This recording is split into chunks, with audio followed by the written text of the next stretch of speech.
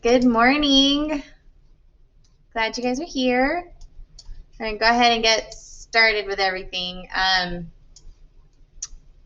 Just a little friendly reminder. I'm not sure. I'm not looking at the grade book right now about who it is, but you guys do have, everyone has solubility curve. Just want to touch base on that. Everyone has this awkward purple folder down here. It doesn't mean it's for everyone, right?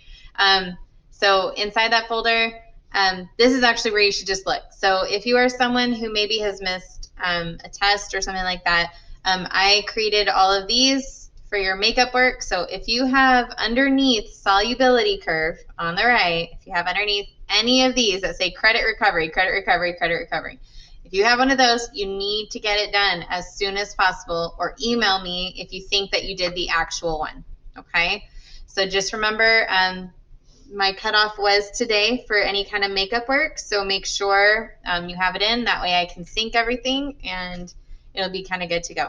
And then obviously, as always, if you need an extension or you need to talk about it, make sure that you're just communicating with me. Do not wait until Thursday night, because I am not going to be friendly. I'm sorry, but I'm not.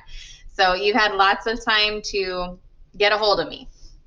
And so most of you guys I'm really not talking to. So you're good. Just keep doing what you do, and you guys are awesome. All right. So let's go ahead and start on what we have. Oh,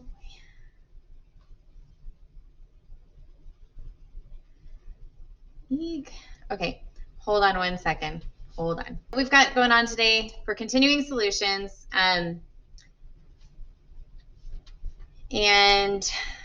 in our folder that showed up, I think last period, you still have, I'm still giving you those resources, okay, where it goes to the book. And I do still recommend that you're kind of looking them over. They have good notes. They have good little tutorial videos in case you need a couple extra pieces of information.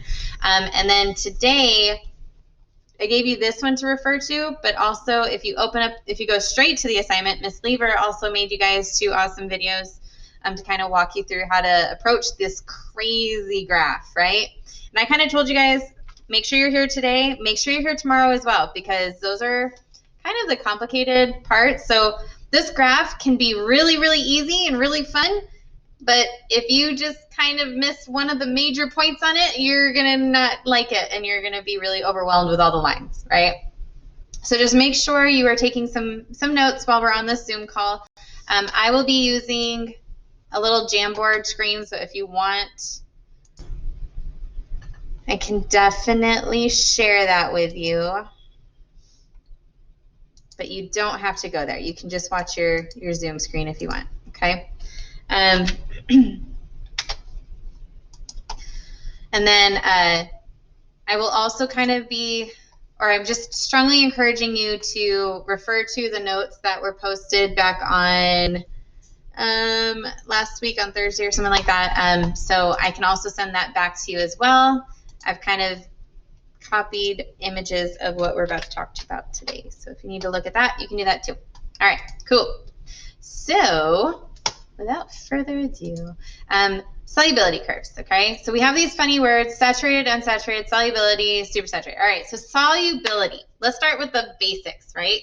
So solubility is going to be, if you say something is soluble, it is dissolvable, right? So solubility is how well does it dissolve. So yesterday's topic was all about, let's dissolve it the quickest, right? So which one helps it dissolve quicker?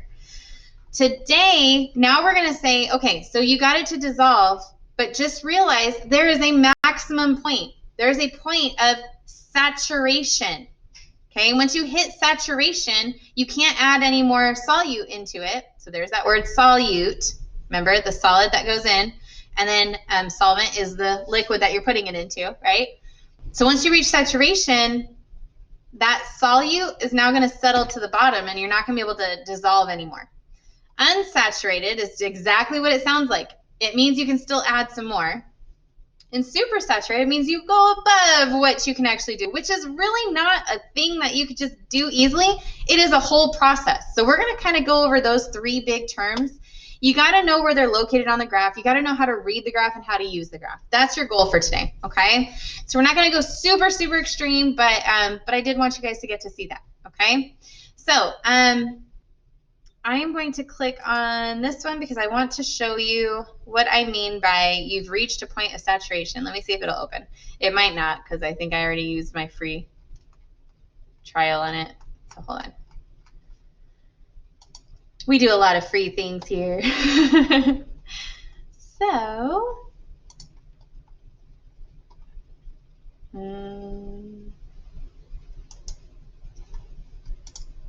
let's see if it works. If it does, I'm going to be really happy. If it doesn't, I'm going to cry. Nope, it didn't. That's okay.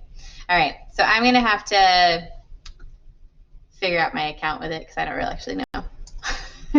I don't know if it's linked up to my thing or not. So we're going to go ahead and avoid that. But basically, if you're able to go to it, you just go to the main thing up here, and then you go to the super saturated or the saturated and unsaturated one, and that should show up. So it's worth looking at. But that's okay. We're not going to look at it right now. So with solubility curves. All right, so let's just start laying out all these definitions and kind of what we're looking at here, okay? And then we can kind of look at some of the questions together. I don't mind not wasting your time on this call. So solubility. So we know that solubility right here. If I say something is soluble, we said it is dissolvable.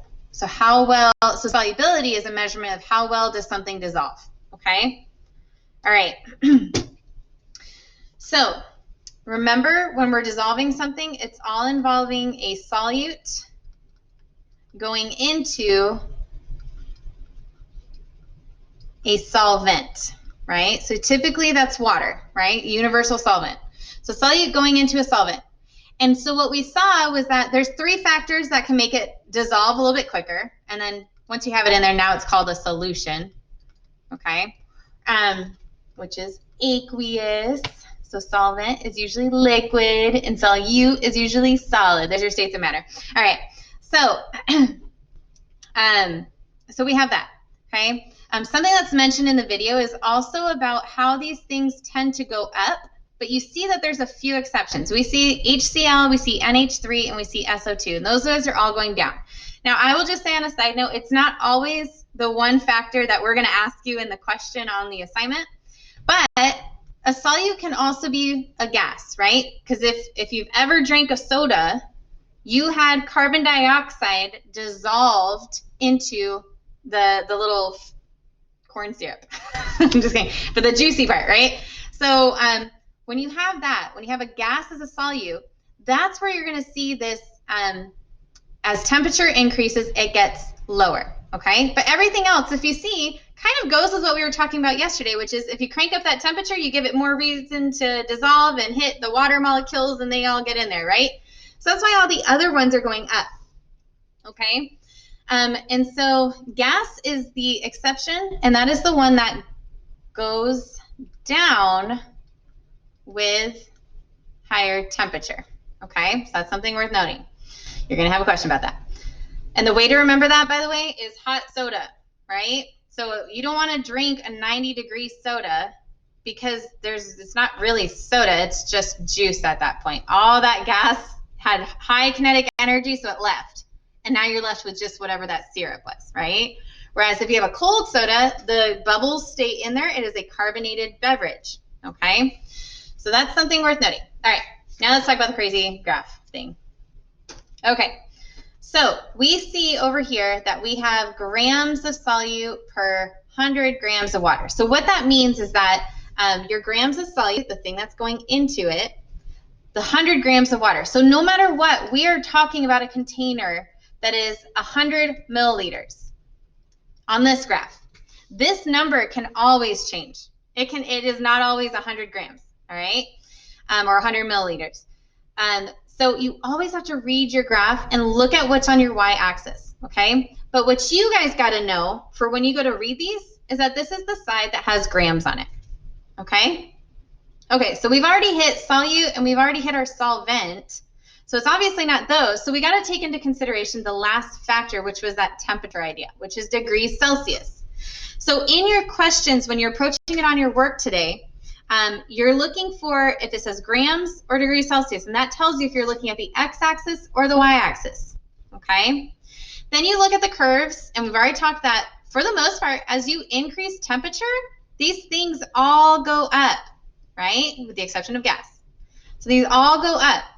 And so what that's telling you is that if I have the temperature at 100 degrees versus 10 degrees, I can fit this much of the KNO3 versus way beyond here, this much of the KNO3. That's a huge difference, all right? So it's very temperature dependent. Now, I do also want to point out this guy. We see sodium chloride right there, right?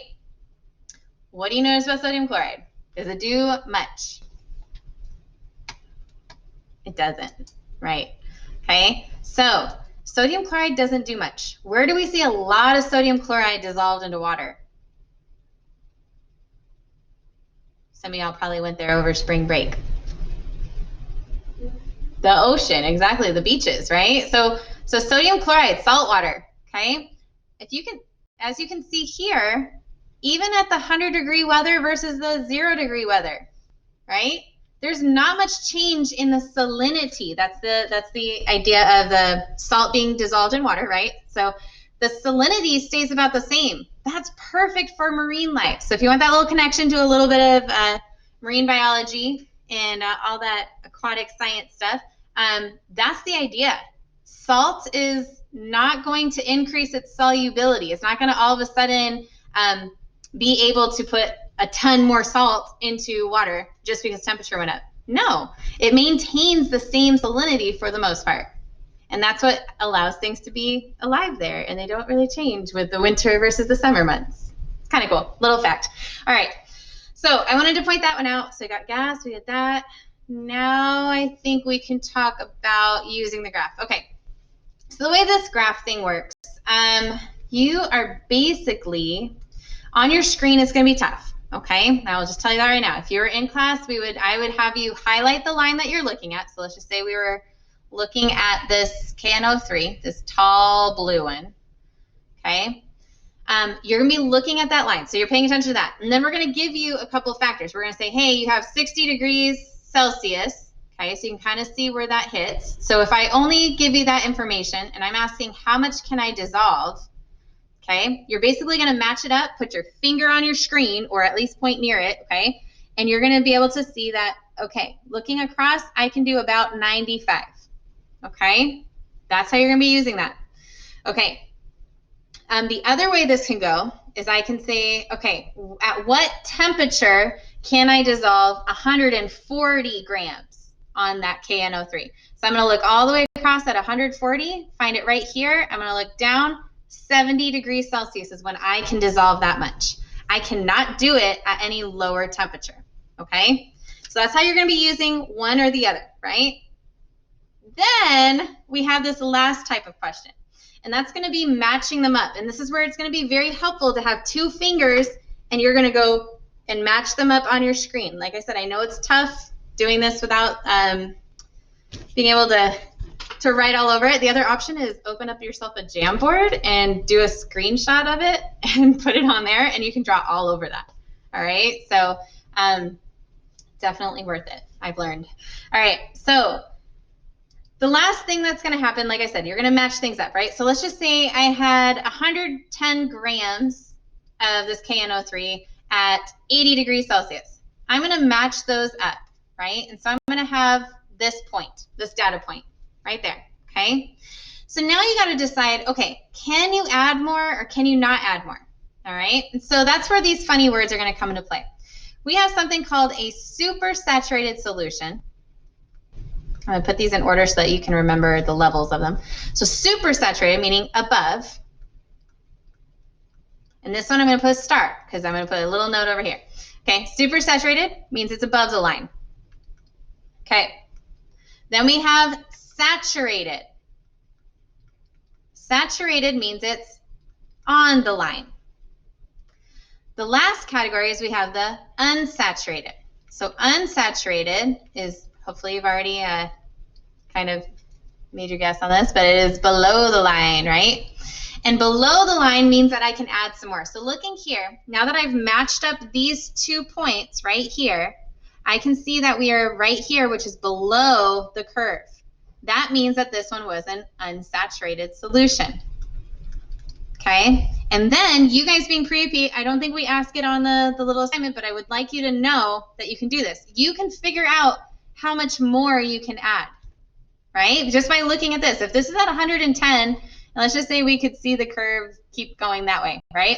We can then say, okay, 40 more grams can fit in that, all right, for 100 milliliters of water. And then I could tell you, okay, but what if I have 200 milliliters? Then you have to double everything, okay? And like I said, we're not going to ask you that.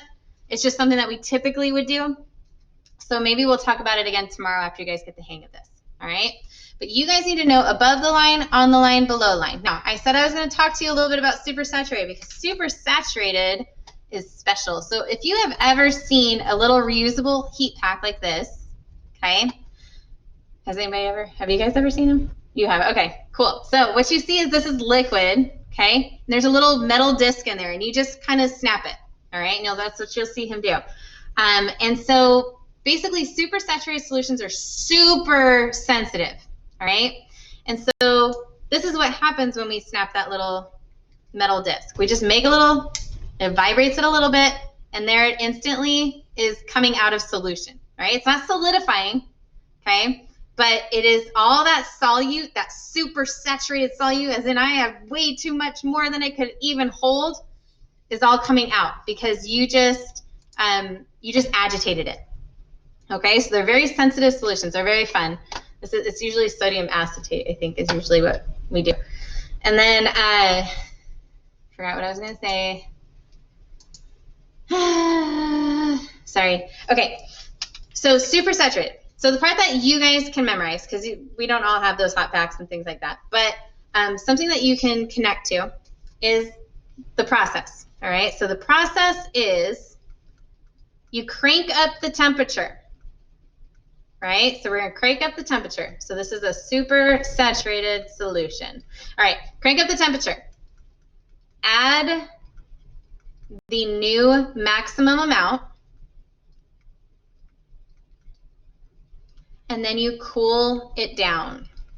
All right, so bonus points for whoever can tell me this. What is something that is very typical here in Texas, or southern states usually, I think, that we crank up the temperature in this, it's a beverage, and you crank up the temperature, you add a ton of solute to it, and then you lower the temperature to drink it. Yep, we got it. All right. Anybody at home want to jump on that? No? Going once? Going twice? All right, we got it in here. It was sweet tea. Sweet tea. This is the exact process for sweet tea. And if you've ever worked at Bill Miller's, or if you plan on working at Bill Miller's, you'll be exposed to how much sugar gets dumped into that container. It's so much sugar. It's so... I'm better off not knowing. So, but you crank that temperature up. So let's just focus on this red line right here, right? You crank up the temperature. So say we're at like 80. We're going to add in all of that sugar to the maximum amount, maybe right below, but still a lot of sugar because that's what you're capable of doing at 80 and not at 20, right? 20, you can only put this much. So if we're going to add 80, but then we're going to lower it back down to the 30 degrees, now I have a super saturated solution. You are that much above where you should be. So it's a really neat process, but that is also telling you why it is so sensitive and why after you do this, in order to get it back to being the liquid, you would boil it. You'd boil it and then it's reset and you're ready to go. That's why they're reusable heat packs. They're pretty cool. Okay. So that's a lot of, this is the lecture. This is basically everything that you're needing. You'll be getting it in the videos if you're going to go watch them. I was going to run through a couple of the questions with you. So if you want to open up your assignment now with me, we can definitely do that. I'm going to go ahead and stop recording though.